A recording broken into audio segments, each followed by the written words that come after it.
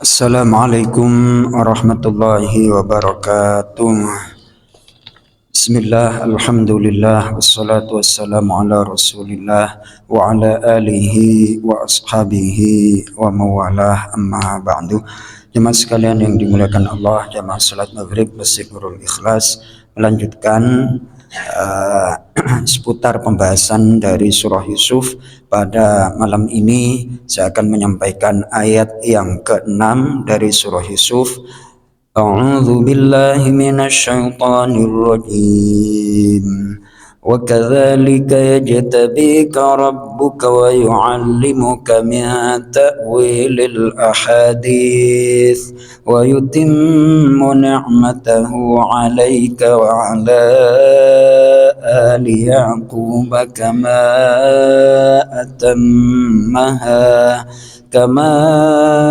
أتمها على أبويك من قبل إبراهيم وإسحاق إن ربك عليم حكيم. Sadaqallahul azim. Allahumma arhamna bil Qur'an. Dan demikianlah sebagaimana kami memilihmu untuk mendapatkan mimpi, maka Allah memilihmu dan mengajarkanmu dari takwil mimpi-mimpi. Jadi tanda mimpi itu adalah tanda kenabian. Kemudian wa yutimmu. Terus ada pembahasan ta'birur ru'ya idh iya ahadithul malaki in kanat shadiqah. Kalau mimpi itu benar, maka itu adalah pembicaraan malaikat atau bisikan malaikat.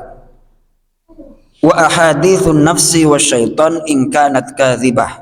Dan mimpi itu apabila berbohong, tidak sesuai dengan kenyataan, maka itu adalah bisikan nafsu dan syaitan.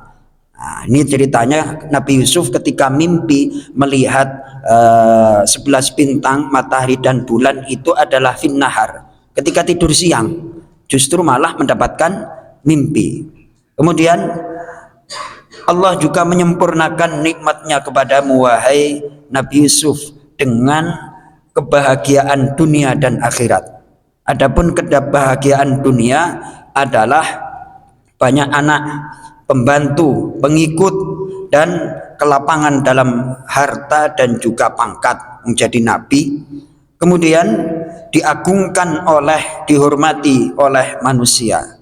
Kemudian adapun kebahagiaan akhirat, ini yang penting, fal ulumul katsirah, ilmu yang banyak, wal akhlaqul fadilah, akhlak yang baik, wal istighraqu fi ma'rifatillah. Jadi kebahagiaan yang mengantarkan akhirat itu adalah ilmu banyak yang bermanfaat, akhlak yang baik, dan mengenal Allah. Jadi tenggelam dalam mengenal Allah. Ada istilah tenggelam dalam mengenal Allah. Saya kasih penjelasan seperti ini. Jadi ketika kita mengenal Allah dengan sifat-sifatnya, Allah mempunyai sifat al-asma'ul husna, nama-nama yang paling indah, ar-Rahman, ar-Rahim, dan seterusnya. Jadi setiap saat kita senantiasa merenungkan nikmat Allah. Saya kasih contoh Mas Toto, Allah itu mempunyai sifat ad-darru, yang maha memberi bahaya bagi orang yang kurang waspada. Misalnya berangkat kerja, buru-buru nggak baca doa, tiba-tiba Mas Toto dengan kecepatan tinggi kurang lebih 60 km per jam, bannya meletus, duar, agak oleng tuh, masih selamat. Innalillahi wa inna ilaihi rajiun. Itu langsung melipir, minggir ke jalan. Mas Toto kena musibah mengucapkan innalillahi wa inna ilaihi rajiun. Tukang tambal ban mulai dari pagi sampai jam 11 nggak ada pasien. Kemudian Mas Toto melipir ke tukang tambal ban. Akhirnya tukang tambal ban itu bilang alhamdulillah. Itu namanya istighraq. Nggak mikir tetangga, nggak mikir apa, senantiasa kita memikirkan kebesaran Allah Subhanahu wa ta'ala. Itulah yang dinamakan ma'rifat. Apa Mas Toto? mengenal Allah Subhanahu wa taala. Termasuk di dalam tafsirnya ini diberikan penjelasan bahwa 11 bintang, yang namanya bintang itu kan memberikan cahaya. Itu saudara-saudara Nabi Yusuf melakukan jarimah atau kriminal kejahatan sebelum diangkat menjadi nabi, sebelum diangkat menjadi orang-orang mulia. Nanti semuanya itu akan menjadi mulia. Nah, kenapa? Karena di situ dijelaskan, sesungguhnya aku melihat 11 bintang, matahari dan bulan. Nah, kenabian itu terjaganya orang setelah diangkat menjadi nabi dan rasul, bukan sebelumnya. Pelajaran yang bisa diambil, ternyata keluarga besar, anaknya orang hebat itu tidak sederhana. Ya Mas itu ya.